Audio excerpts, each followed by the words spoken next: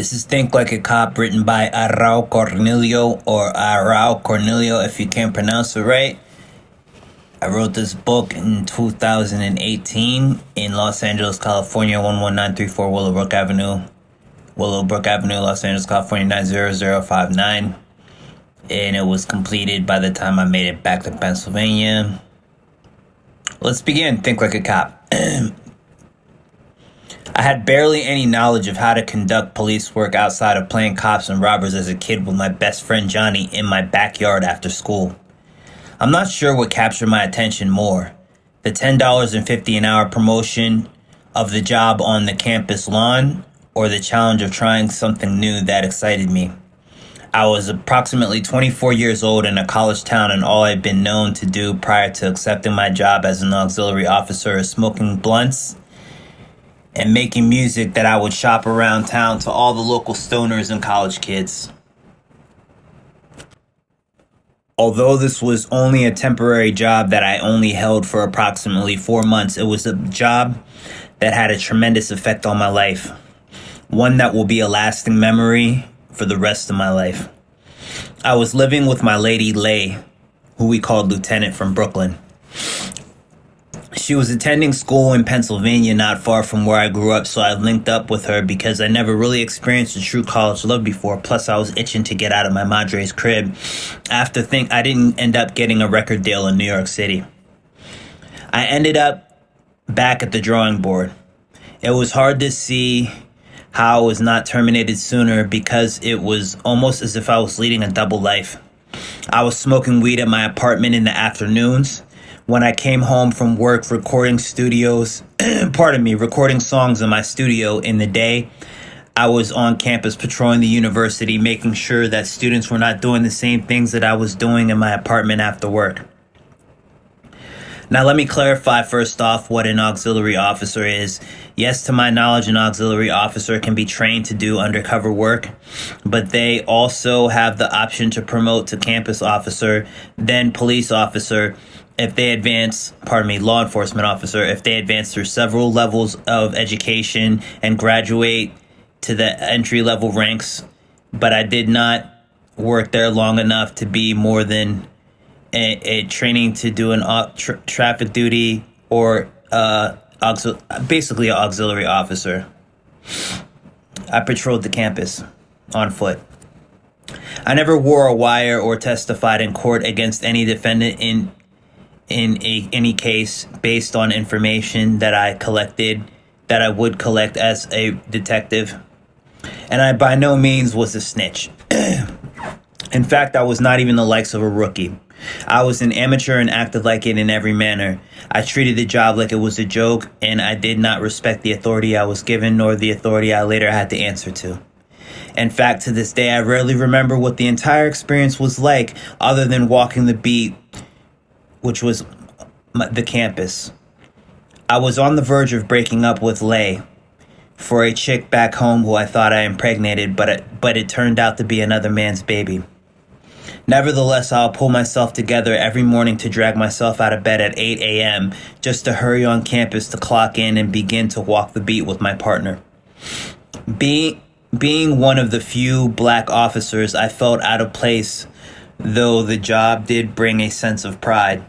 For once, I had something good to talk about of my life. For once, I had something good about my life to talk about at the dinner table. But rewind my life years earlier and ask me, did I see myself being a cop? And I'd have to answer, hell no. I never remember having any good memories of cops as a kid. And suddenly here I am in a room full of cops sweating bullets as they begin showing me the ropes and training me to be one of them. I used to say to my lady Lay, I'm only doing this because of you. And I even remember telling my madre the same thing when I would call home from school. I was very emotionally abusive in that manner, and to them I owe my sincere apologies. Because in all honesty, it was my own curiosity and desire that made me apply for the job. No one held a gun to my face and said, apply for this job or else. So I was in the wrong for blaming others for my unpleasant situation, but I did. which destroyed our relationship, and for that I am to blame. Lieutenant, or Lay, was good to me. She was a good cook and very affectionate. I loved how she would iron my uniform and kiss me on the cheek as she wished me a good day at work before I would start my day. We were a black couple living in a lofty side of a town in a town much like the Poconos in much ways. I had my music career and she had her graduate school. It was a summer session when I walked through the door of our apartment with a great big smile on my face. "You're not going to believe this, Lay." "What?" She must have replied, rolling her eyes. "I found a job that starts $10.50 an hour, which was $3 more than minimum wage at the time. I'm going to be an auxiliary officer." I could just picture her laughing with her big laugh that could fill the room. "I know it's bullshit, but we could use the money." Lieutenant wasn't stupid, so she saw the lucrative aspects of having a job like this. "As long as it is what you want to do," are the type of responses I would get from her in a situation like this. Lay was the kind of chick that would be in your corner no matter what, and I thank her for that. Because the kind of females that I was with in my early 20s were mostly 808 and heartbreaks. The kind that have you saying, "We want prenup," like Kanye. None that would usually stand by a young black man in a uniform. More like a dope boy or a rapper, but not a cop. Not where I come from. Coming from a military family, my father's traits were strong in me from a youth. Yet I turned down every opportunity to join the military to chase music dreams and to be a stoner. Washing my face in the bathroom sink in the morning before work was an interesting experience, staring at the same face that would most of the time be seen in a hoodie with baggy jeans and Timberland boots, wearing a rookie uniform with a walkie-talkie by my side, a flashlight, and a whistle. Mid-semester had come for Lay, and she was getting ready to graduate. I was less prepared for what my future held, and she more so had everything planned out to a T. In her mind, we were going to get married and live happily ever after. In my mind, I was going home to re-strategize my plans as an artist, all the while see my side piece, who I will refer to as Honey, who I thought I knocked up, but was carrying another man's baby. I was in a spare room.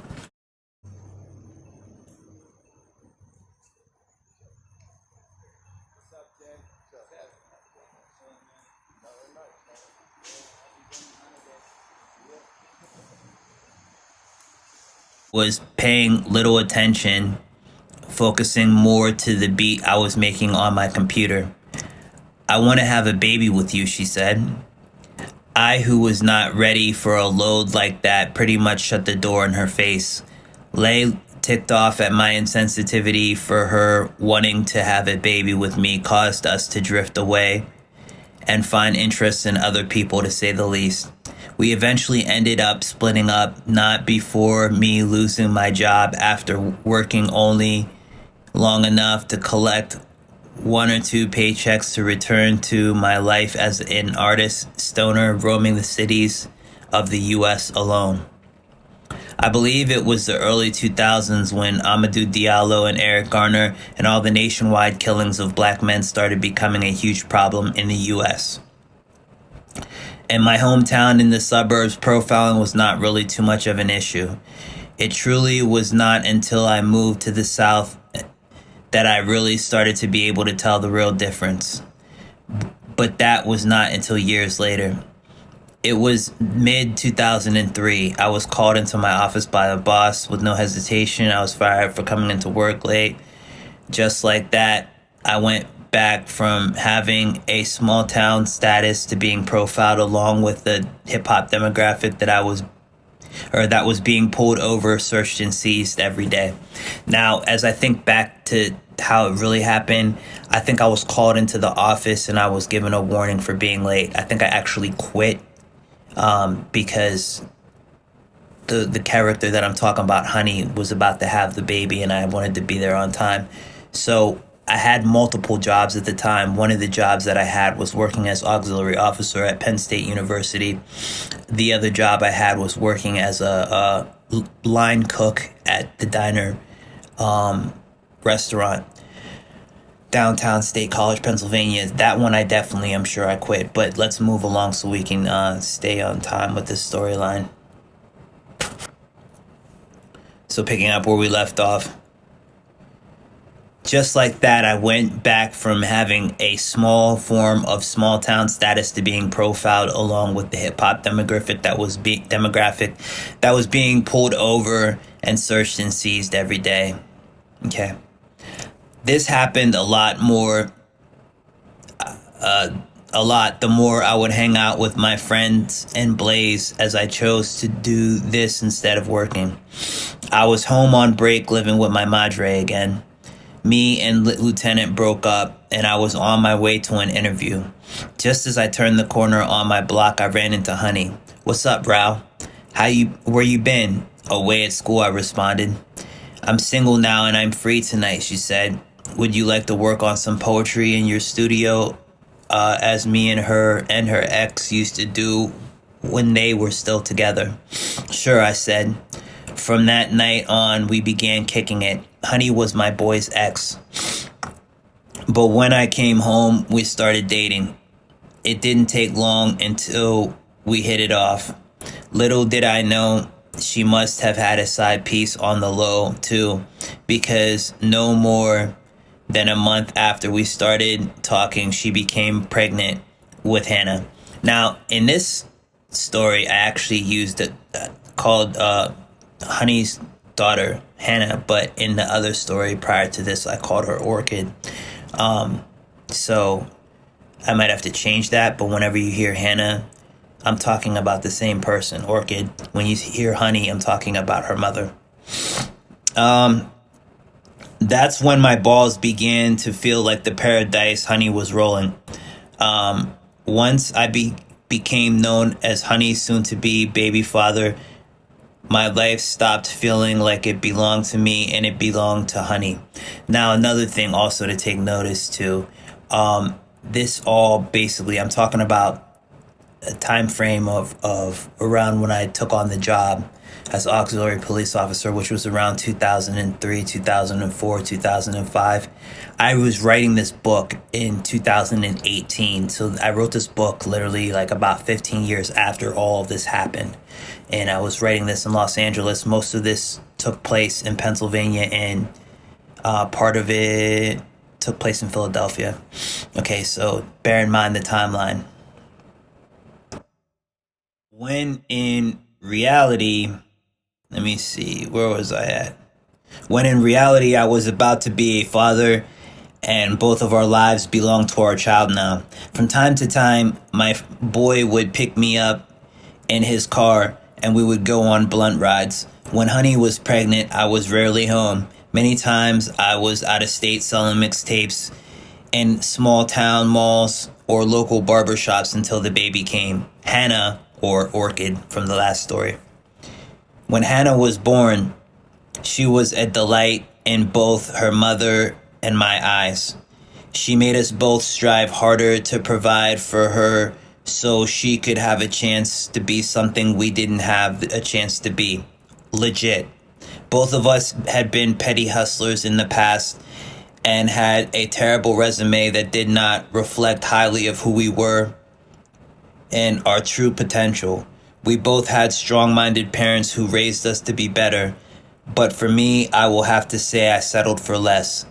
There was a Jay-Z song called Renegade where he talks about his life as a petty hustler. In this song, he talks about coming to a fork in the road and going straight. That is the kind of what I felt like. I came to a point where I had to make a decision to either do right or wrong, and I did both. I did what was right until things I was doing wrong caused me to lose my job. Then I continued to do as little wrong as possible, using what I learned from doing right to keep me safely in the middle. Being a former auxiliary officer had its perks too. Me being a dreamer, I got to dream about what I could have been and use that to to motivate me every day to strive higher. If that's not enough motivation, I cannot overlook the long speeches I got from my siblings every day telling me to apply for different jobs. Those speeches, although at times got on my nerves, really helped me keep my mind open to greater things outside of making hip hop music. But for the time being, I was stuck in a relationship with a woman who was playing me for a sucker. I remember her telling me one time that men stick to facts and females are detectives, which very well may be true, but that it took my siblings, but which very well may be true, being that it took my siblings and my madre to show me Honey's true intentions with me, and that I was just there as a paycheck. It took the mind of a detective, a mind that I did not have at the time, a mind of a problem solver, the mind of a cop. Sometimes you have to think like a cop to realize that the greatest crime a person can commit against themselves is not being educated. My greatest problem in life, aside from not knowing when to walk away from friends, was settling for less and accepting the worst outcome when I could train myself to obtain better results. Plenty of times I suspected that Honey was cheating on me, but I accepted it as a form of karma for me cheating on Lieutenant. And not only that, I did not want to believe that it was happening to me. Sometimes when a person does not want to believe someone is cheating on them, they will choose not to see the evidence that is in front of their face that they are the victim of a cheater. Aside from that, I was actually enjoying the experience of being a part-time father, even though Honey was not as affectionate as Lay or Lieutenant.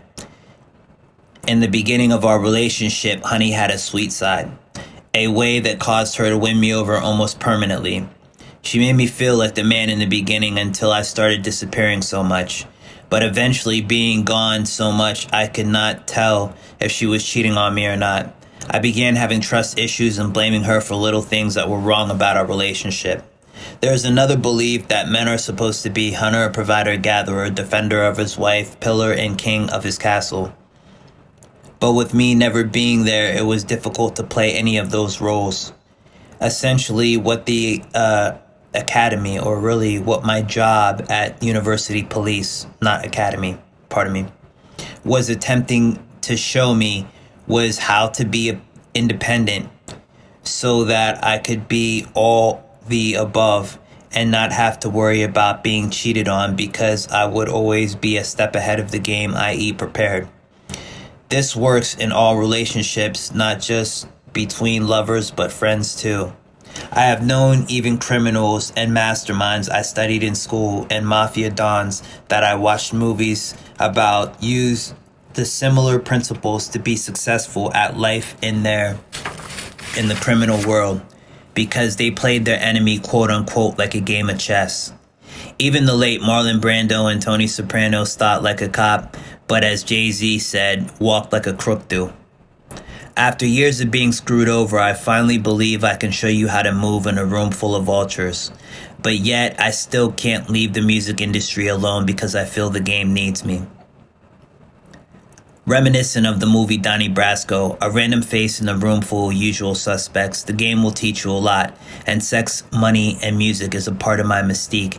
That was a line Jay-Z wrote in the 90s. The streets showed me that music and drugs go hand in hand. Everybody knows that cash rules everything around me is the motto made by Wu-Tang Clan in the 90s as well, but not everyone can leave the game because the hand that rocks the cradle is the same hand with its grip on the dice.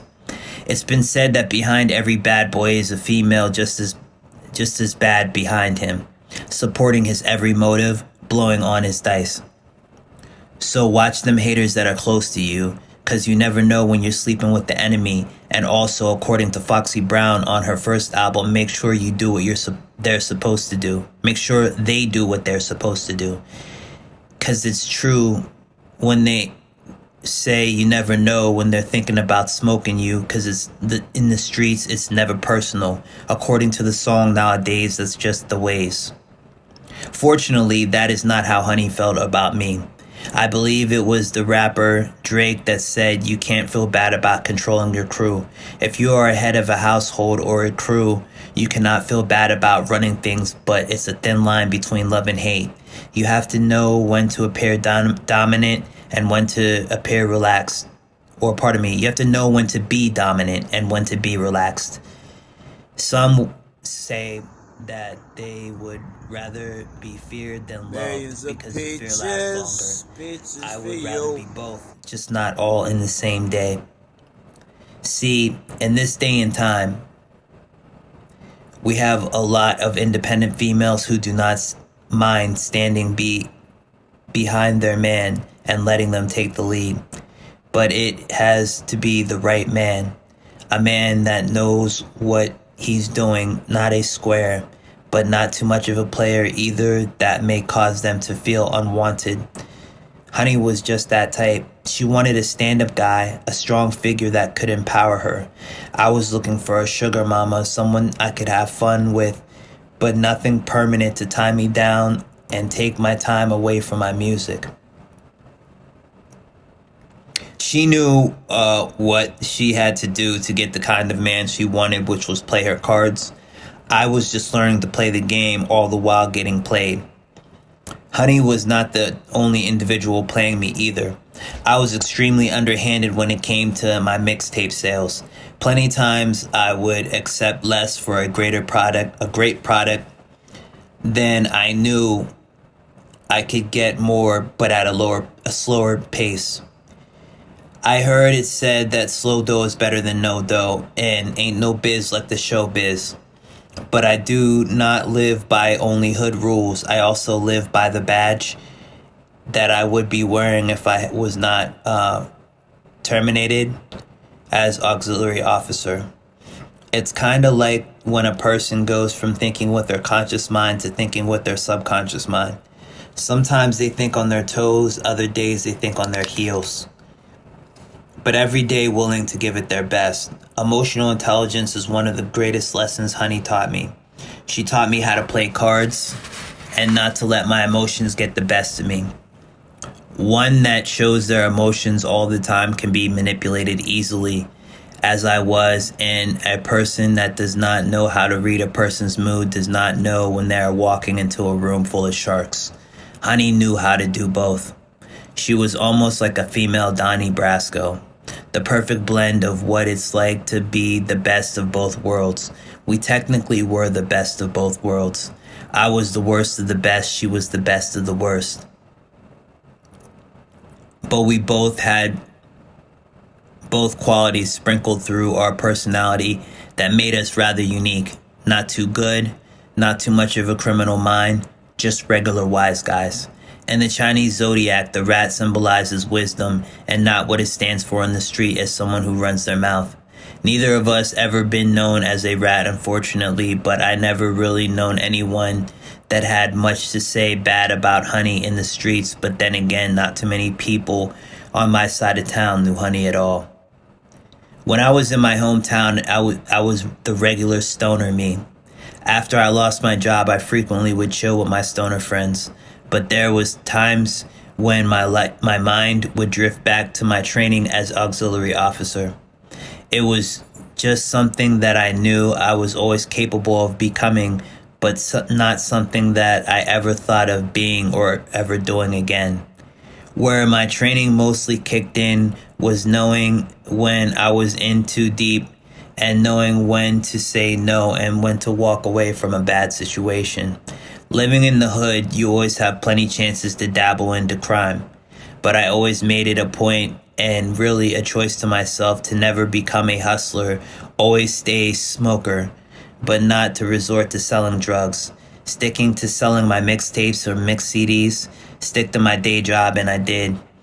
I had seen too many of my friends get their door kicked in, and the rest of them go to jail for a real long time for selling drugs as a youth. The rapper Jay-Z was a huge inspiration for me, making albums like Reasonable Doubt and The Streets Is Watching. In the hood, everyone knows that the streets are watching, especially if you're a hood star, or even more a celebrity or have a good job. And if you are black, the cops will always use that as a reasonable doubt to profile against you. But he also stresses through his music, if you stay ahead of the game, you will be less likely to get bagged or serve time for something you did not do and whatnot. I chose the path not to do it at all when it came to selling drugs. It was just too risky.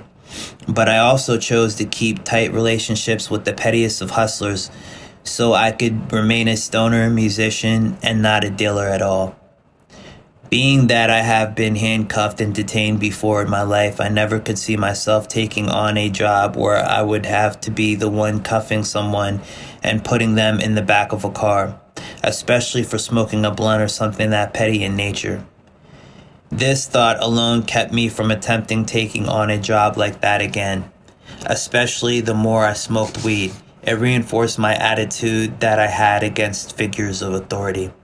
Years flew by like pages in a notebook, and I was not getting anywhere with music, only distancing myself from my non-biological child, who I held dear to my heart as she gave me reason to live. There's something I must do to make her mother and my mother proud of me, because being in my early 30s trying to be a hip-hop star is not cutting it. I feel like my love for music overpowered my desire to change, because I was passionate about what I was doing and it gave me freedom. But something else I was not noticing is that hip-hop deals a lot with egos, a lot like hustling. When you're a trap star, much of the like a hip-hop celebrity, all eyes are on you. That is what I desired the most, fame. I wanted to be the guy on stage in front of crowds of thousands. I wanted my story to be told forever. I wanted to be a legend. But there was pieces of a man's character that was missing in my day-to-day life.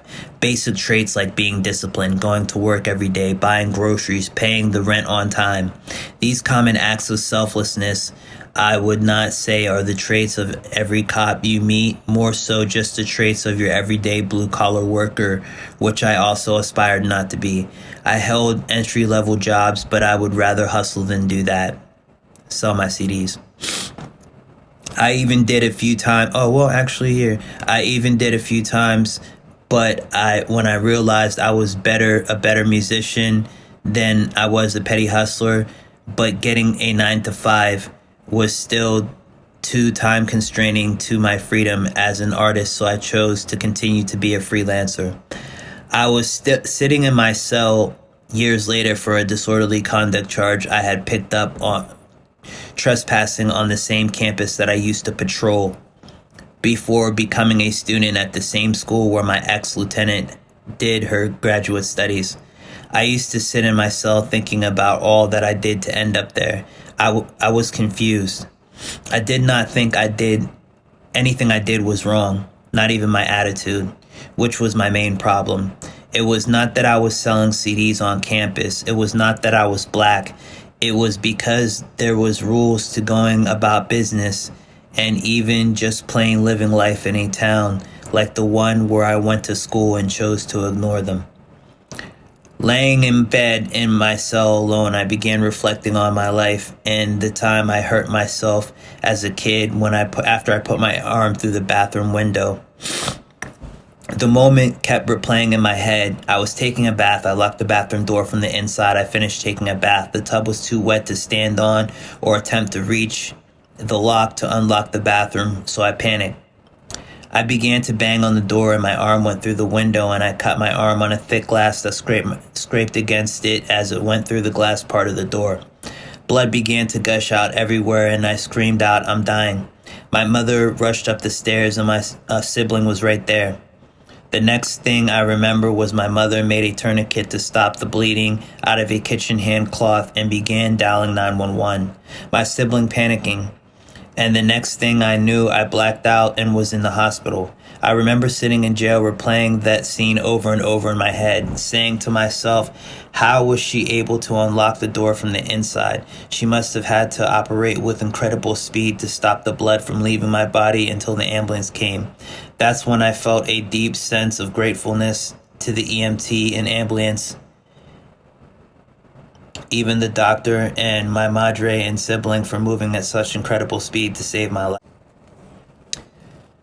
I remember wanting to shake everyone's hand individually. It must take a deep sense of selflessness to do this job every day, I thought. It made me reassess what I wanted to do with my life. It made me want to be more like an EMT again. It made me think about being a cop. I thought about it so much that I had a dream about 9/11.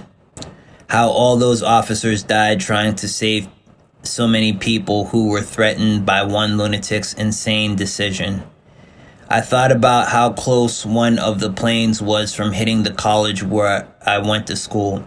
I thought about how my sibling could have died when the planes hit the towers. I mostly thought that she may have died and I may have been nowhere near her to save her life and return the favor for saving me along with my madre by her side when I was a child. I said to myself as a kid, I was helpless, but now that I'm a man, I am not. So I made a conscious decision to be part of the solution to America's problem rather than being part of the problem. In jail, it's not hard to want to change. The food is not like mama's cooking, no Xbox, no PS3, no studio, no women. It is not hard to visualize a man wanting to change his life when you're in there. But once I got out, I went back to being a stoner and chasing my dreams of being a famous musician. Nowadays, I found God and I go to Him as the center and foundation of my life. But back then, I had no foundation. I was not boxing at the time. I rarely had a steady job. I barely paid my rent on time. But in my eyes, there was nothing wrong with my approach to life. The more time flew by, and I found myself at 38 years old looking in the mirror asking myself how my 19-year-old nephew could find the discipline to cut off his dreadlocks and quit smoking weed to join the military when I was not ambitious enough to get off my butt and do the same thing. Suddenly, I started developing a deep urgency to want to volunteer my time at the homeless shelters I used to stay in and use as flop houses to bounce to when life gets too tough. I also began changing my diet to eating less meat and exercising more, and not just to keep my figure, but to possibly be a boxer. Rarely was I before into sports. I gave up sports when I hurt my arm as a kid because although I liked football, it was not my favorite sport. Basketball was my favorite thing to do because besides make music, but when I cut my arm as a kid, I lost my ability to be an impeccable ball handler and free throw shooter. This upset me deep down, though I did not show it. I used my anger not being able to play ball to create dope rhymes, or so I thought. But my true potential had still lied dormant in me, like a sleeping giant awaiting to be awakened one day. I roamed from town to town peddling my CDs, just getting by but not really living an extraordinary life. When I was Hannah's part-time or non-biological father, I had a role in life. Kinda like when I was an auxiliary officer, people depended on me, even if it's just across the street. Hannah depended on me to tie her shoe or show her what to say when her brothers were teasing her, how to be funny and have snappy comebacks just to be around. But being a small town musician was embarrassing for Honey, her mother, and not the kind of mentor Honey would want to father her child. I felt like half of a man much of the time, but my ego did not let me let go of my childhood dream to be a rapper. I had to do or be something greater. Not necessarily a cop or an EMT, but a mentor. Someone can look to for a sense of direction. Someone can ask if questions if needs be. A hero in times of struggle, an example in times of despair. Basically a role model. I used to remember seeing those shirts around that say heroes are not born, they are made. I agree that a hero lies in every one of us, but it is not what we do on one great or terrible occasion that makes us a hero or a mentor, like my mother used to say. It is the little things we do day in and day out that really counts. Thinking back about my father and my mother and the way they raised us, kids, really reinforced this statement. They went to work day in and day out just to provide for us, and what they did mattered to us immensely. In today's society, the role of the father is an extremely vital one. Many black mothers are forced to be the father and mother, while more young black males, their counterparts, are serving time in jail. Why are we the ones behind bars and more white males no different than us, aside from our skin color, the ones upholding the law, while we are the ones breaking it? I believe it is because two vital facts. One, black males like I have to learn to overcome our past failing points and our fears and forgive ourselves and forgive others and stop blaming others for our position in life when it gets bad. Also, we have to let go of our egos trying to be a big shot when we have nothing to brag about, especially when we can't pay the rent. Learn basic skills like money management, stop being such big consumers and overspenders, buying all the Nikes in the stores or music equipment but forgetting to buy Pampers. Allow God to be the center of our and foundation for our life, and hold a solid job down for a while. Be responsible and resourceful, and stop bragging so much when there is nothing really to brag about. And then when we produce better results and accomplish greater things, then we will truly be the kings we were meant to be in our home.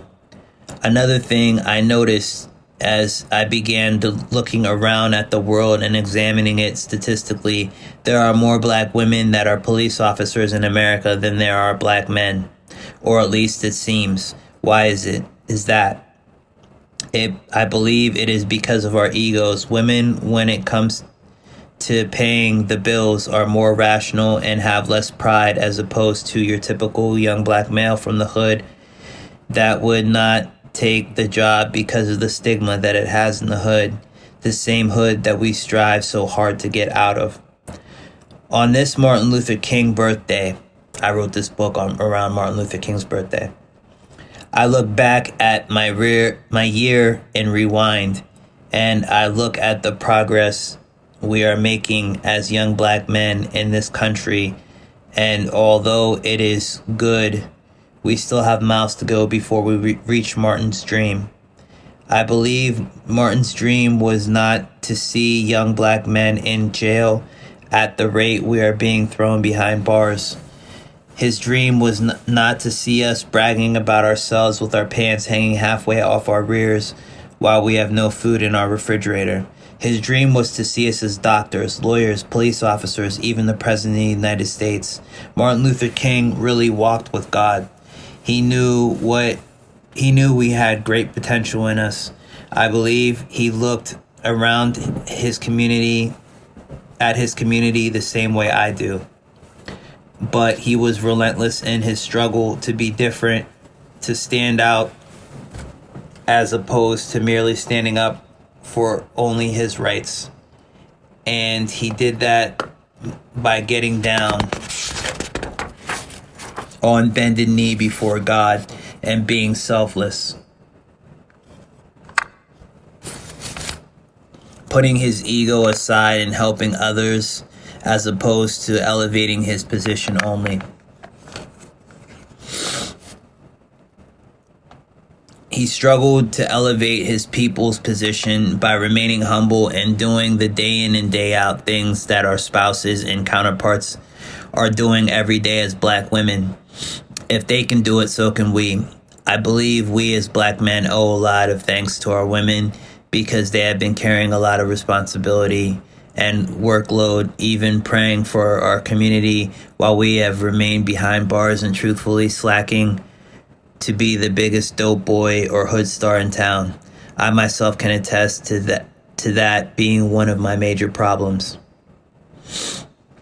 It wasn't until I was serving time in LA County Jail that I realized I had some real changes that I had to put in order. Time was flying by, and I was staying in the same position, which is not good for a young man with so much potential. I did not necessarily have to be a cop, but I have to do something greater with my life so I can take care of my family. Family is important to me. We only have a few men in our family to begin with, so the role of the men in my family is cringed to so dearly, clung to so dearly. We are the figures of strength, so we should use our strength to be the pillar, but instead, I was using my strength to try to build a music empire. How was I supposed to build a music empire or any empire if I did not have the support of my family? I should have asked, but I did not. My family was cool with me making music because it kept me out of trouble, but it did not challenge me or discipline me as a labor worker, and it did not bring in the bacon. Also, it was not a career to tell the kids, hey, you can do this. Nobody that has a boyfriend or a husband or a son even wants to be the one who says, hey, kids or grandkids, look at your dad or uncle or grandpa. You can become a rapper like him when you grow up, especially when rapping ain't paying the bills. My grandfather, Mo, was a great man. He did the day-to-day work that was respectable until he got old and finally passed away a year ago from the time when I wrote this book. We all looked up to Grandpa Mo. He became the pillar after my father died, and we still looked up to him for all the great lessons he shared with us. I can remember as a teenager, my grandfather working in his shed in his backyard with his tools, fixing stuff around the house was his passion. Anytime something around Madre's house broke down, Grandpa would come up to fix it. Madre would always say, go help your grandpa. He's going to show you how to fix this or that. But I rarely paid attention to anything unless it had to do with music. Even my nephew's dad, who was a painter, was always painting houses and fixing stuff, showing the boys how to use tools and survive independently of anyone else. In my eyes, he was a pretty good role model for his sons, who are my nephews, one of them who is in the military doing well on his own. I guess you could say I lacked the drive to work from 9 to 5. From time to time, I would pick up a part-time job.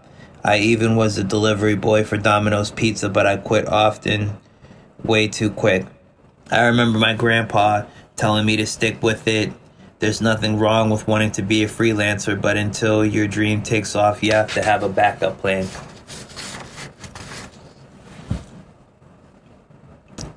Something you could rely on until plan A takes off.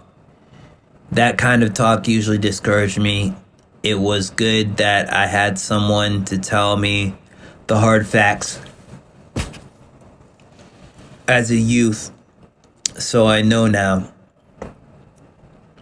But back then, anytime someone would have that tone in their speech, I looked at it as they did not believe in me and they were just a Debbie Downer.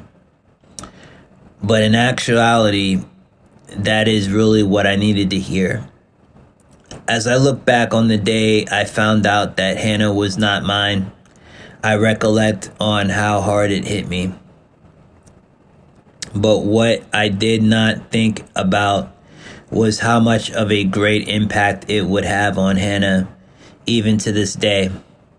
I actually believe that situation could have worked out if I would have asked the lady who administered the test to see if she was my biological daughter and her mother, honey, if I could have became her other legal guardian, since I was already put in a position to. And so Hannah did not suffer emotionally from the detachment of losing the only father she knew at the time, besides her grandpa, who she knew as Pap Pap. But at that phase in my life, I was too self-absorbed, too much into my music, and less passionate about being her father. I feel this is the case with a lot of black males in our community today. We love the ladies. We love the attention we get when we are balling, but when raising our child. Now that I think back, I really was at a loss for words. I was surprised because I genuinely believed that Hannah was my biological child, but I let my emotions control my thinking as I got myself together and left the room when she told me I have nothing else that I need to do there and that I could go about living my regular life, and if there was anything that they need, that they will be in touch. At that time, in Hannah's young life, it was all about me and my music, or how good of a rapper that I thought I was. It was not about the structure that she needed for her to be emotionally well, as much as I believe the lady who administered the biological test believed that Hannah needed a positive male influence in her life. I believe both her and her mother, Honey, realized that I was not ready to fill those shoes, and they were right. I was not.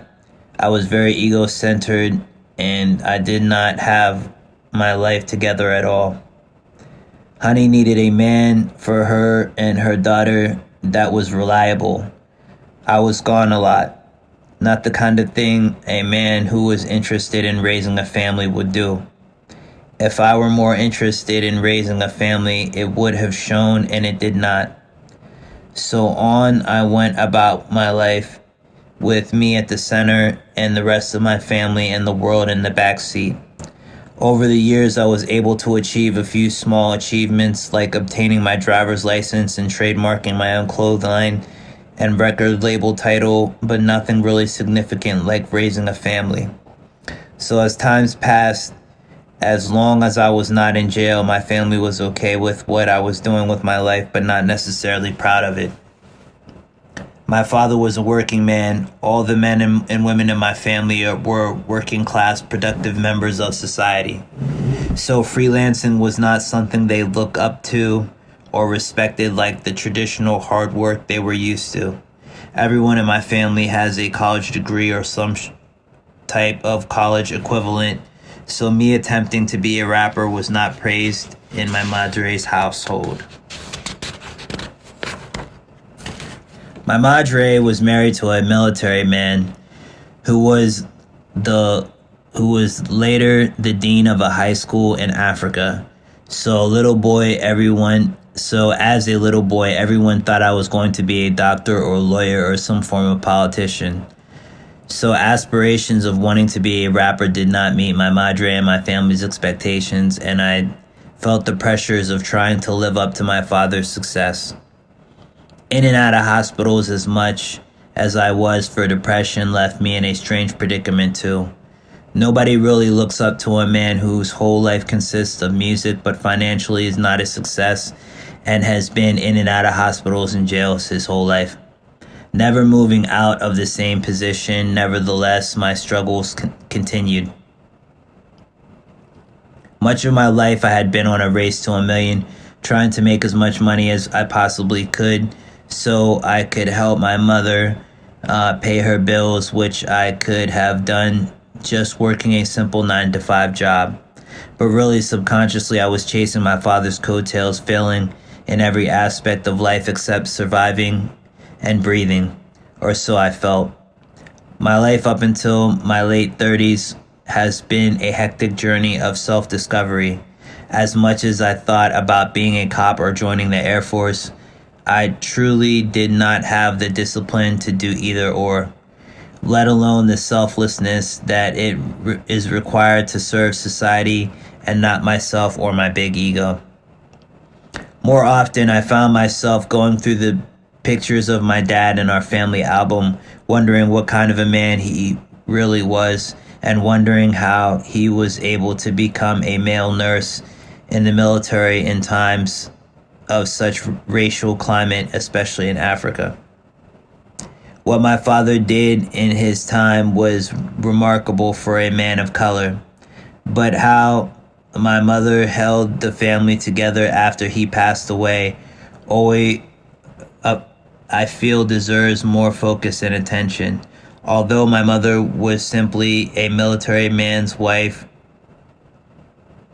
her passion for her family was strong. Family is everything in her eyes, and I believe it should be in every man's eyes, but unfortunately, I believe there is more young black men who are about themselves than those who are about others. We are losing to the streets. As we look at these days and times and accomplishments of great men such as Barack Obama and men like him, I realize you should too, if you are a young black man reading this, that we still have a chance to live a better life. When I say there aren't many in the streets living up to our potential, I don't mean in our community, I mean in the streets. There are still great mentors and strong black men in the church, in politics, and in the school systems, providing a strong backbone for the community to build itself upon. But as we lose so many of our youth to violence and crime, we must make it a priority to do better and live up to our potential, as opposed to letting time fly by and others take on the jobs that we are scared to because our friends may think we are being sellouts or traitors. There is a sense of loyalty that the black youth has, and a sense of loyalty that is lost when someone from the hood becomes a police officer. It is more acceptable to become a soldier in the army than a cop these days. But what the youth today does not understand is that most soldiers become cops when they come home from doing the tour if they did not become one prior to enlisting in the army. And this disconnect between you and your friends increases when you join the army, regardless, because you are serving your country away from home while your boys are still in the hood trying to be dope boys. It's two different lifestyles. The soldier who just came home from doing a tour in Iraq or Afghanistan has more of a chance of being a cop than on any other job due to the set of skills he was trained to maintain. I'm proud of my nephew the same way I am proud of any other young black male doing whatever he had to do to survive. But we are living in a time where it is important that we not just do whatever we can to survive, but we do the best we can to overcome. Yes, you can see also important to Martin Luther King, as he stated several times, we shall overcome. President Obama also emphasized the importance of young black men taking on greater levels of responsibility, as he stated in his campaign, Yes, We Can. When someone tells you that you cannot do something that is too great for you to accomplish, remember, yes, you can. I never thought I would vote, but I voted for President Obama in 2008 when I was a student in college. It was my first time voting. I was nervous. I felt the tension the rest of the black community felt across the country, but something in me told me I had to do this. I had to be a part of something greater than myself. I have to be a part of this change that was sweeping the country, and so I was. Just like Lorenz Tate in the movie Dead Presidents, I felt patriotic. I felt like things were finally going to be different. I tried to enlist in the army, but I was turned down because the position I was legally deemed physically and mentally handicapped from my childhood accident that happened to my arm when I was in 3rd grade. I was not accepted, but I was still happy that we finally had a black president, and I felt like change had actually come. But there was much change that still needed to come, and most of that change lied in me. In the movie Dead Presidents, there were 3 or 4 different roles that were key to this movie, and the points John Singleton was trying to stress in his 90s film. There was Bokeem Woodbine's role, the guy who wanted to be a preacher one moment and a bank robber the next. There was Chris Tucker's role, the homie from the hood that enlisted as a soldier because there were no other outlets at the time, but still was the same homie that was down to rob a bank when he got home if his homies were down with it. And there was Lorenz Tate's role, the guy who genuinely wanted to be a good father and be in his daughter's life, but felt he needed to join the army to boost his sense of courage to be able to overcome the obstacles in his path, like being a part-time father while his daughter was being raised by a pimp in the 70s after serving his tour in the Vietnam War. A young guy on a journey of self-discovery like myself, but with a different twist, going through what he thought was the traditional route, as he found out as I did when I came home from college after working my summer job as auxiliary officer, that running away from your problems is not rewardable, even if you choose to become a cop or a soldier. It doesn't matter. Life remains the same until you fix a situation and or problem that lies with yourself or your attitude towards society or figures of authority in society. Especially if you come home from the military and you are thinking about robbing a bank like Lorenz Tate's character in the movie Dead Presidents with his homie we're thinking of. I've never been so dire that I thought about resorting to those kind of extremes, but I have thought about selling weed as a youth and even attempted to be a petty hustler, but my madre's voice was the main contributor to me not making any poor decisions than I already have. Also, watching my homies go to jail for years was not something I wanted my nephews to remember about me when I'm gone. I think the picture that John Singleton painted as director of Dead Presidents was an excellent one. Even when you work as hard as you possibly can, you can always work harder. It was hurtful, though, to see Lorenz Tate's character stripped away from his child's life and thrown in jail after he attempted to rob a bank with his friend played by Chris Tucker. But it is a lesson that he should have known was coming, and one that he was trained to understand the repercussions for such actions. Many rappers today talk about how the system fails us, but what are we to say when we fail ourselves? No one is holding a gun to our head telling us that we need to be rappers or dope boys or have 100 Nike sneakers in our closet. No one told Lorenz Tate's characters that he had to rob a bank. Or on the contrary, his wifey told him that he needed to man up and fill the shoes that he left when a pimp came into his house to take over his job as a father to his daughter.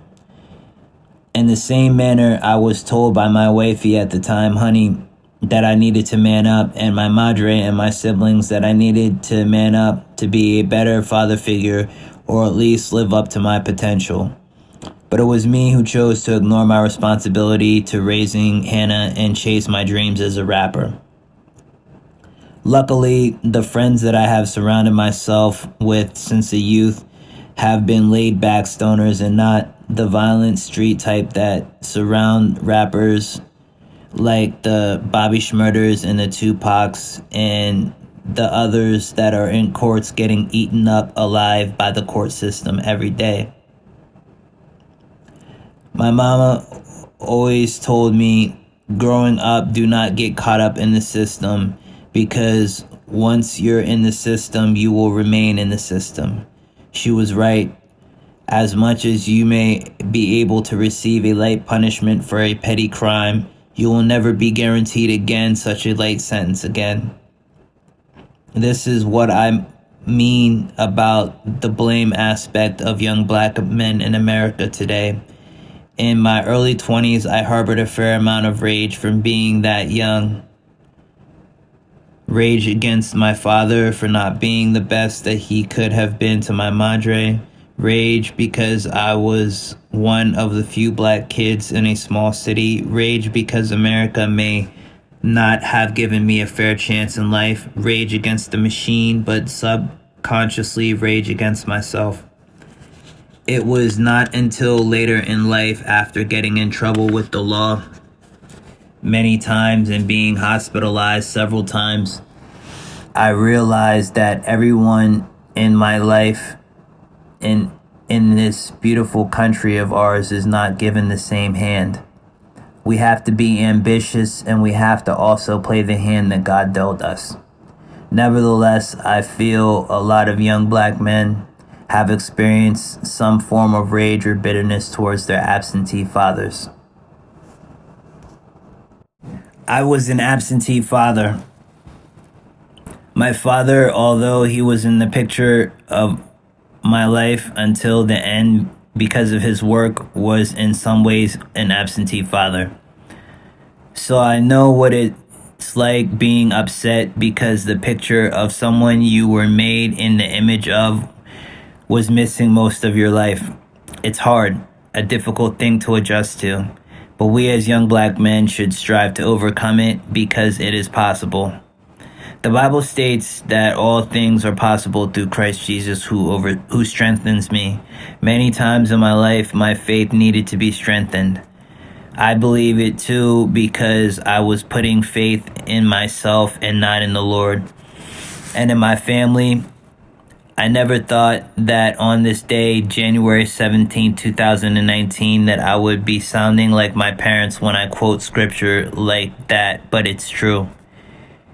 We can do great things, exceeding things through Christ Jesus who strengthens us. But when we acknowledge that we have a unique, intimate walk with the Lord, our life becomes truly extraordinary. Sitting on this bus home to Pennsylvania from the city of Los Angeles ends my second year long tour of the USA. Starting in New York, performing at New Yorkers Poets Cafe as a solo act, continued to Miami to perform at Miami Live and King of Diamonds, selling CDs and copies of my first book and short stories of the Diary of a Glad Man out of the trunk of my rental car, chased out of the city from a hurricane, which really brings a meaning to Jesus is a reason for the season. Brought to the amazing city of angels on the wings of eagles, experienced homelessness, as my friend would put it, experienced all the highs and lows that a real tour would have minus the hype. Coming out of an adventure like the one I had is enough for me to tell stories for the rest of my life. But the kind of stories I want to have being told about me when I'm gone, I want to be ones that my non-biological daughter Hannah can look back and say, wow, the man who was my absentee father was not just anybody. He was somebody. I want her to look back and say, wow, that's my dad, with pride in her heart. I want to know that I loved her with all my heart. I want her to always feel like she is somebody. I want her to know that as hard as it was to let go, I would rather that she know who her real father was than wonder all of her life who he is and settle for a man who was not ready to be a father completely, like I was in that moment of my life. I often thought to myself, what kind of behaviors am I exemplifying that would make a daughter proud of her dad like I was of my father when I would watch movies like Die Hard over and over.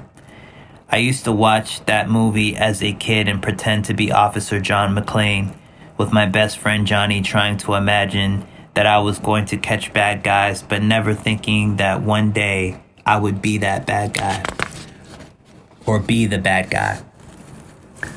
I believe I was 28 years old when I served my first sentence in Center County Jail for disorderly conduct. Someone had said that I made a threat, making me a violent suspect in the eyes of the law because I reportedly said that I was going to shoot someone on campus where I once worked. Now picture a young black male at the age of 28 from a small town and a former student making a threat like that. My guess is I was probably high, which does not alter the circumstances by any means. Aside from that, I was a kid that used to be an auxiliary officer saying something like this. Kind of strange, right? Not to mention, as I said, most of the town knew me for selling mixtapes and making music. So what would make me such a threat? To be completely honest, I believe someone overheard me mumbling something that alerted them in a rhyme when I was recording a song in the media commons and reported it as more than music. But who knows, when I am not taking proper medication and can things can be hazy a lot of the things that I did and that I said. But my point is, I was off my meds and I was trespassing anyway because I was not enrolled in class that semester and I was homeless at the time to make matters worse. The fact is, in my life, as I said, we have to learn to play the hand that life deals us and not to blame others for our shortcomings. I feel a man at my age of 38 should be independent. And to be independent, you have to cover the bases A, B, and C, 1, 2, and 3. I have to be on top of my bills. I have to have a steady income outside of enabling ones. I should have a strong family life and prepare in a prayer life. Be solid in God. My prayer life has been pretty shabby when it comes to these past couple of years of great struggle. I left on tour to get money and women, and I only achieved homelessness and momentary residence, but mostly scuffles and a struggle. The stories will forever remain with me, but the struggle is real. As I was saying, in jail, you can become a number in the system. If you go to jail for suspicion of breaking the law, you get treated as all the other criminals. It did not matter if you worked as an auxiliary officer or not. As hard as those 9 or 10 months were to serve away from my family, it was a harsh lesson that I had to learn. Our freedom can be taken away at any minute, especially as a young black male in America. And plenty of times I neglected my responsibility of having a job to serve my own ego to be a rap star at 38 with no job. I also neglected the fact of having a solid foundation in God or a higher power in general. We as young black males need to be solid in the workforce as well as in something like boxing or some form of physical labor to motivate. It also helps to have a mentor or some form of apprenticeship in our life as our motivation. Coming out of jail, less opportunities are offered to you. As Mama says, the more you interact with the law, the harder your life becomes. And she was right. Life is about priorities, as the late Prodigy once told us. There's a war going on outside no man is safe from. Prodigy was referring to the war in the streets, the war on crime, the point-blank war on young black men in America attempting to live the drug dealer's dream, as Nas would say. I used to remember me begging my hustling friends to come to the studio to record with me, being laughed at by the local hood stars. Something that God showed me is that you can't change your friend's direction when they aren't bent on seeing life as they choose regardless. So many successful entertainers and celebrities had to leave friends behind to get ahead in life. And it's true, some friends will hold you back and cause you to even fall deeper if you let them. So you have to, as it is said in a rhyme, learn to separate the weak from the obsolete. Hard to creep them LA streets. I encountered a lot of rough streets in my time and come to a greater eye-opening experience over time, but am sold on the fact that young black men are becoming lost in these streets, chasing fast money, fast cars, and basically the hype.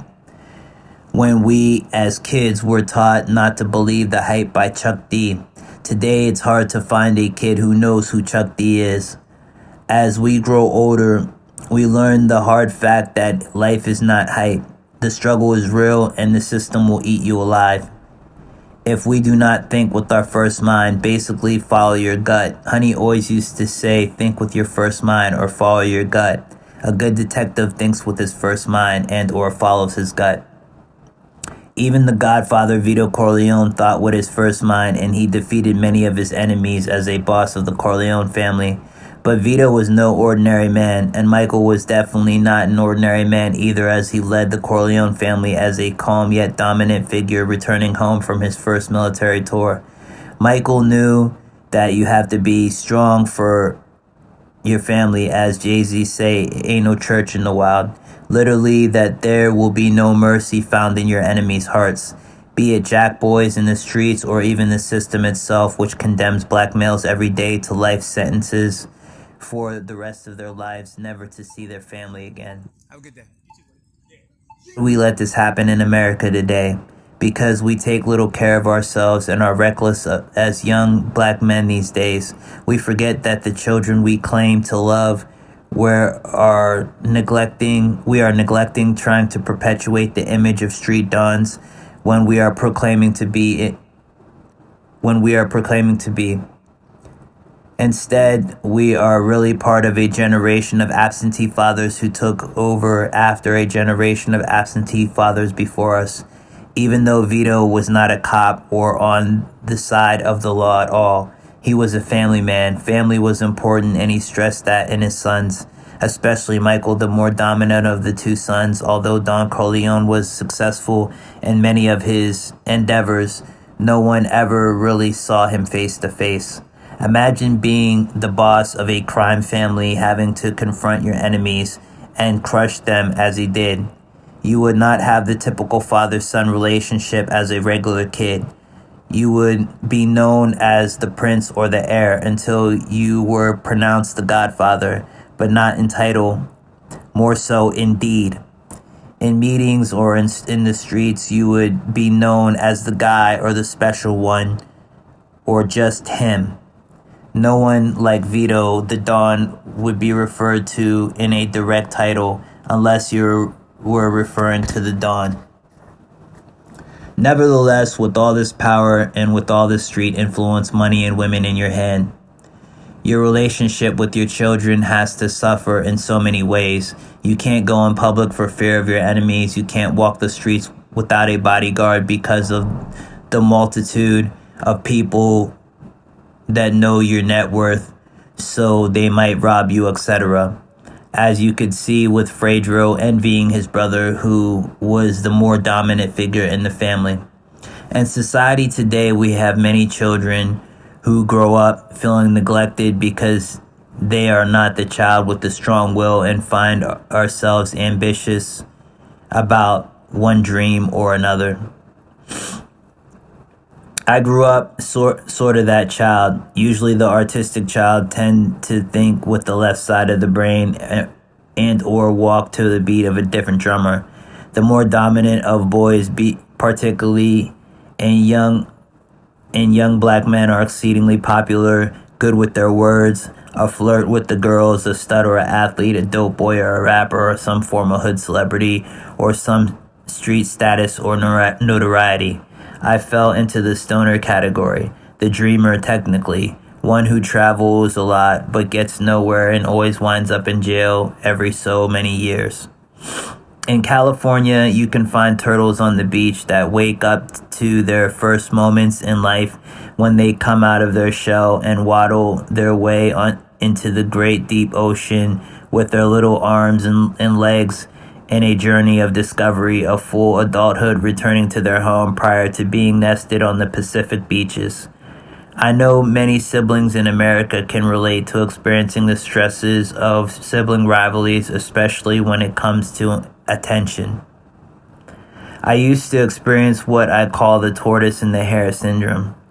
Feeling envious toward my siblings' success in the academic realm, I used to feel envious that I did not have my degree and my siblings were able to obtain theirs. But once I was able to overcome the fact that I was able to achieve the same success by working as hard as they did, my attitude began changing. I began realizing I was not playing the hand I was dealt. I was just getting by. Playing my hand would have been acknowledging that I am 38 now and cutting my losses and getting my CDL like I am attempting now. Playing my hand would also be setting aside my ego and realizing that I'm not Tony Montana. Stop being away from the family so much. Stop alienating yourself. Stop trying to grow dreads. Cutting the crap and getting a haircut and getting a real job. My older siblings always say, if you want to get a good job, you have to look the part. They were right. I never got the jobs at UPS because my pants were baggy. I didn't score the gigs at Kinko's and Starbucks because my dreads looked nappy and I didn't have a fresh haircut. and basically I dressed like I was applying for a job at McDonald's.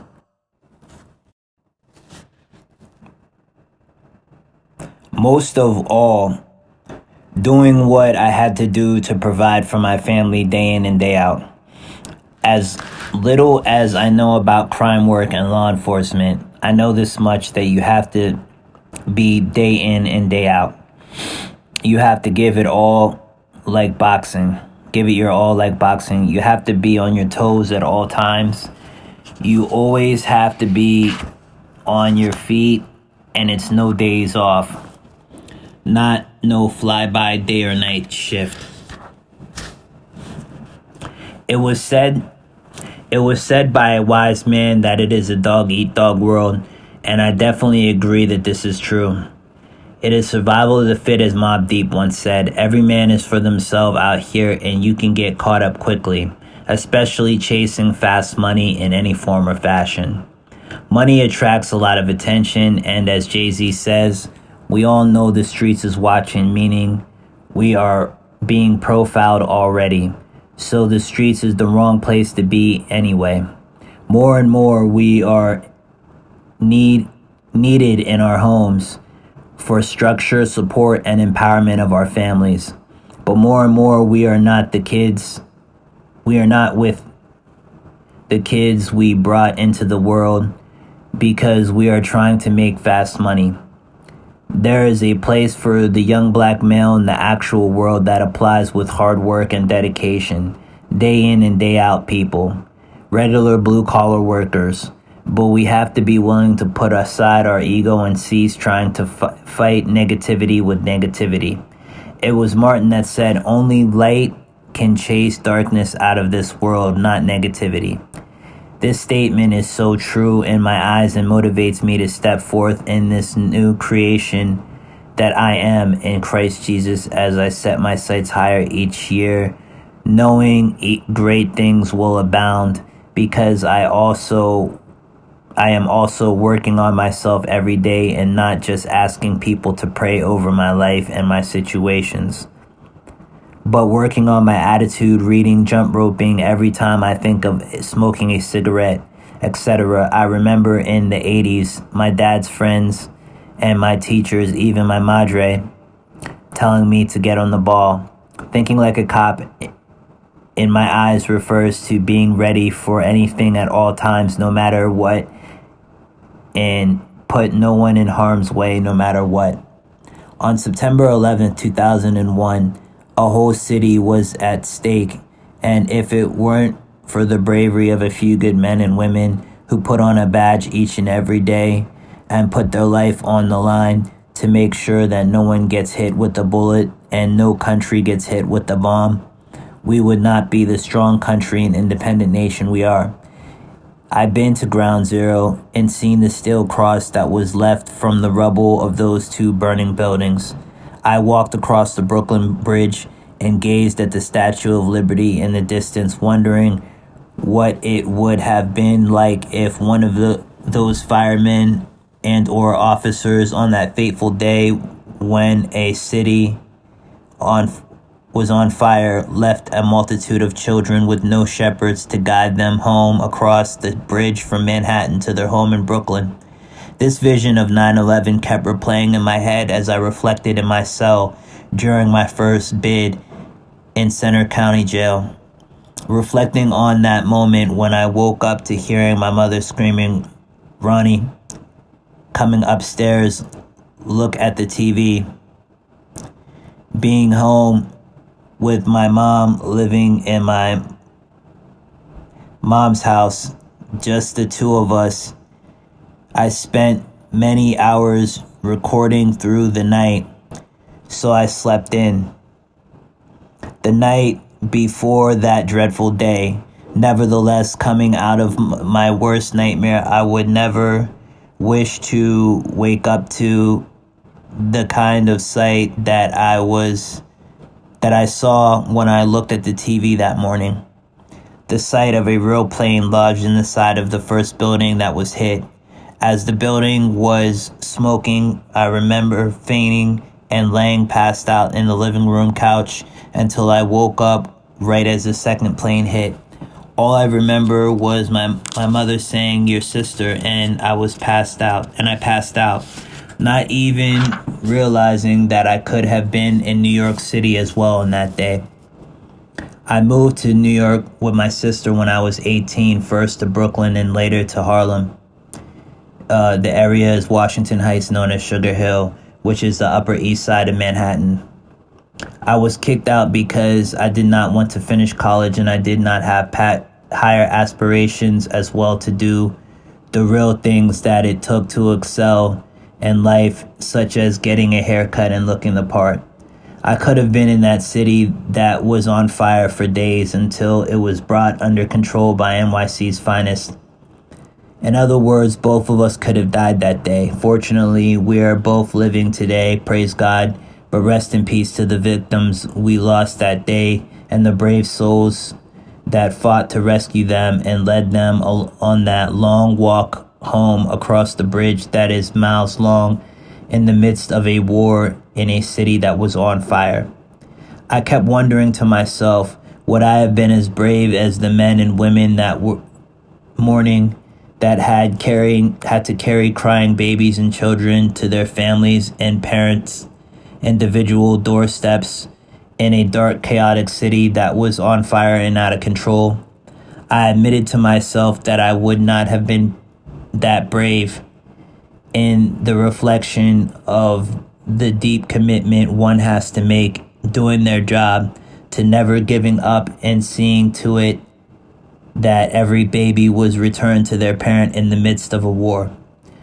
As I work on my relationship with God after He brought me through so many difficult situations, I realize He is in control and He loves me and wants me to live up to my full potential. This world is really not headed to a positive place as our attitudes towards life and our neighbors continue to be a reflection of how poorly we feel of ourselves. We need God in our lives, especially as young black men who suffer from the lack of God at the center of our lives. I realize that God is like a fireman chief. This world is on fire, and Jesus is the chief cornerstone that the fire department in heaven put in charge to send to earth, this planet which is suffering so many from crime, especially in our community. Somebody with a big enough heart to run into a building like planet Earth to pull out women and children out of a world that's on fire. When I was a kid, I cut my arm panicking, banging on the bathroom door because I was locked in the bathroom trying to cry out for help in fear that I was locked inside. My madre and my sister, saved me by stopping the bleeding. Now there I was behind bars, a number in the system, about to lose my freedom for a while because someone on campus made a claim that they heard me say I was going to shoot someone and did not know if I was rapping or if I was serious. In every situation where I ended up behind bars, I am always prayed for and taken care of by the siblings and the women in my family, the same women that pulled me out of the bloody bathroom as a child, rushing to stop my blood from leaving my body, were still fighting in the courts to keep them from eating me alive as I was being torn apart by lawyers like lions, limb from limb.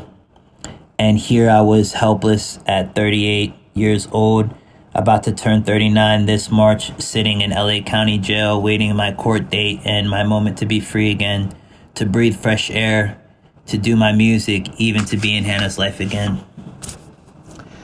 Then I come to a recollection I had of me as a student attending the Art Institute of Philadelphia in 2002.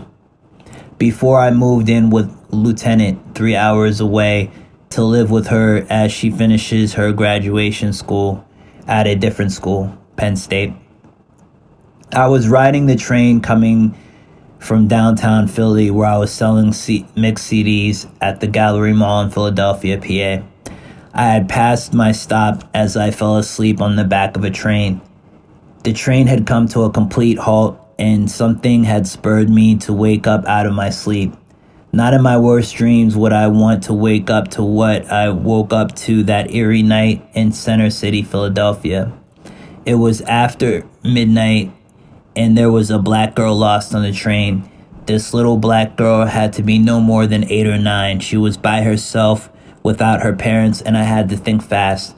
There was no one on the train, and I was past my stop. It was late at night, and I was not going to leave this poor little girl on the train. So I had to do what I thought any guy would have done in that situation. So as I prayed to myself, I took that little black girl by the hand and led her to safety after asking her where her parents were and her replying that she could not locate them. After trying to have, locate them. After trying to have a cashier at an empty 7-Eleven in Center City call the authorities and getting no help, I called the authorities from my apartment, the safest location that I could get to, being close enough to the 7-Eleven to attempt to hike at that time of night. I called 911, told them what happened. They dispatched the officer and we waited. A black officer arrived on my doorstep and asked me what happened. I calmly explained to the officer what happened and how I tried to get the cashier at 7-Eleven to call the authorities for us. But he was like some Indian guy who did not speak good English, so the officer understood immediately that even though it seemed random and it could not have looked good in my favor, that I just panicked because I'd never been in a situation like that before. After he got the full story and the reason to why I walked this little girl safely to my apartment, because I was a broke college student with no cell phone, who just woke up to a surprise he did not expect waiting for me on the back of the train at that time of night. He reassured me that this was an expected reaction for a guy who just woke up on the train to respond in the manner that I did. He quickly, luckily for me and fortunately for the kid, was able to locate her parents and return the kid to their parents, who arrived at my apartment also to get a look at the man who was responsible for finding their child and pick up their kid after they admitted they lost track of their kid earlier at some point that night. The parents reassured the cop that I was not at fault, that it was their fault, and they went home. After doing his duty, the black cop looked at me with a stern look, saying to me in a serious tone, "I know that your heart was in the right place, but you know this could have gone bad because I assumed responsibility of the law prior to having any formal training as a law enforcement officer. You are one lucky kid," he said. "Did you ever think about being a cop?" "Fuck no," I said. "Pardon me, officer, but that's not what we do where I'm from. My friends would think I'm a rat," as I explained to him that I was a stoner. He stressed the fact that if I had made one small mistake, that this little girl's life could have been in my hands. It was good that I did not hesitate, because if not, that little girl most likely could not have located her parents and been reunited with her family. But I should have thought with a clear mind and not panicked and called 911 from a payphone. When he looked me in the eyes and asked me if I ever thought about being a cop, the words struck me deep and still stay with me to this day as I reflect on that day when a black officer showed up on my door and asked me a question that I was not ready to respond to. Asking me the same thing Martin was asking us, the same question Barack Obama asked us, the same question our parents ask us and our spouses ask us as young black men. Are we willing to give up more of ourselves to serve others? Are we willing to be more for our children and less for ourselves? Are we even willing to be cops if it came down to providing for our families or saving the lives of our youth? No one expected 9/11 to happen, and it crept up on us like a thief in the night. No one expects to be separated from their children in the middle of the night. But in the matter of seconds, children disappear when we turn our back just for 1 second. In the time frame of a few bangs on my bathroom door as a kid, one action based out of panic, I almost bled my life out of my little 8-year-old body when I panicked when I was locked in the bathroom alone and abandoned.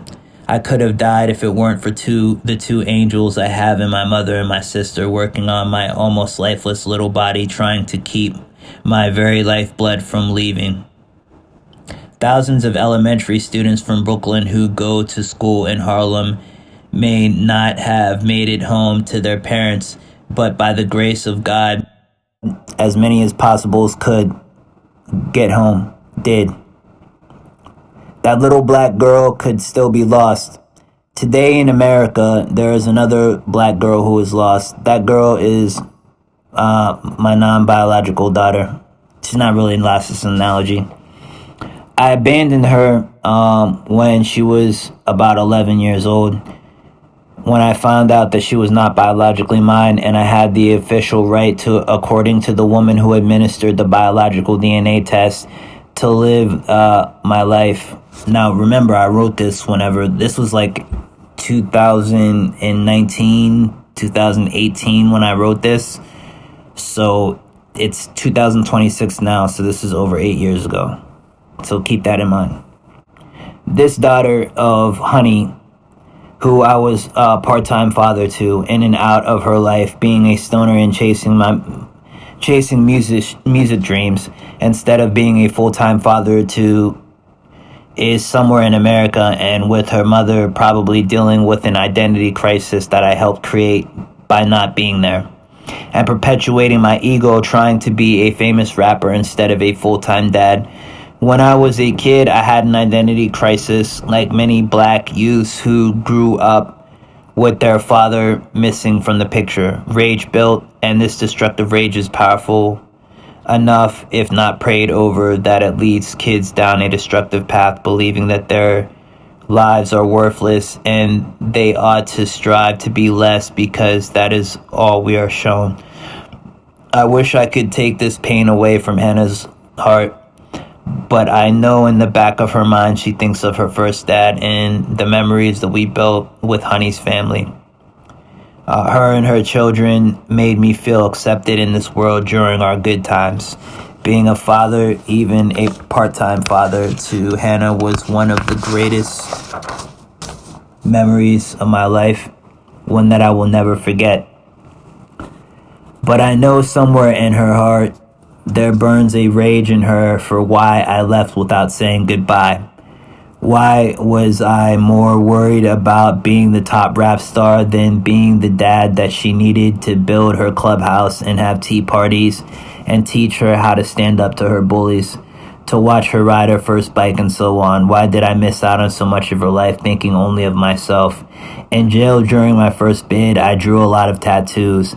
I got a book from the law library written by Tom Brokaw called The Greatest Generation, about this generation which is passing now on TV and on the streets. I used to draw a lot of tattoos of the soldiers and the major icons in this book, one of them being JFK. One said, I pray this generation that is growing up learns this and never forgets this. Think not of what your country will do for you. Ask what you are willing to do for others. As young black male aspiring to be a hip-hop star, I used to think a lot of what other people could do for me, how they could hook me up, how give me a record deal and some sort of hookup, even if it was just a blunt ride or a blunt to smoke.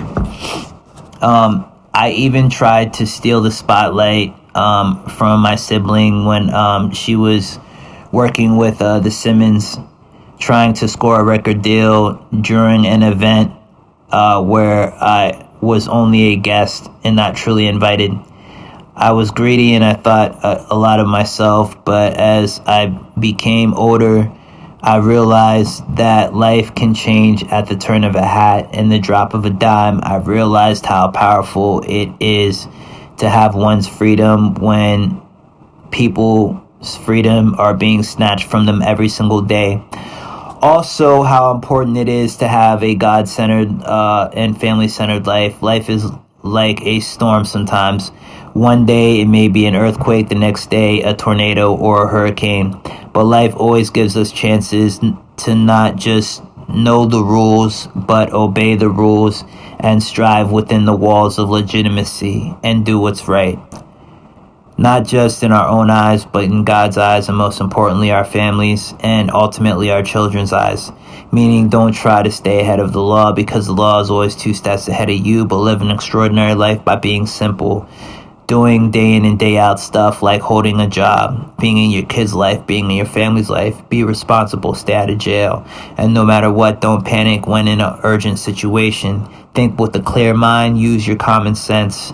Never try to fill the duty of a trained officer unless you have formal training, and always leave it to the professionals. And if all else fails, dial 911.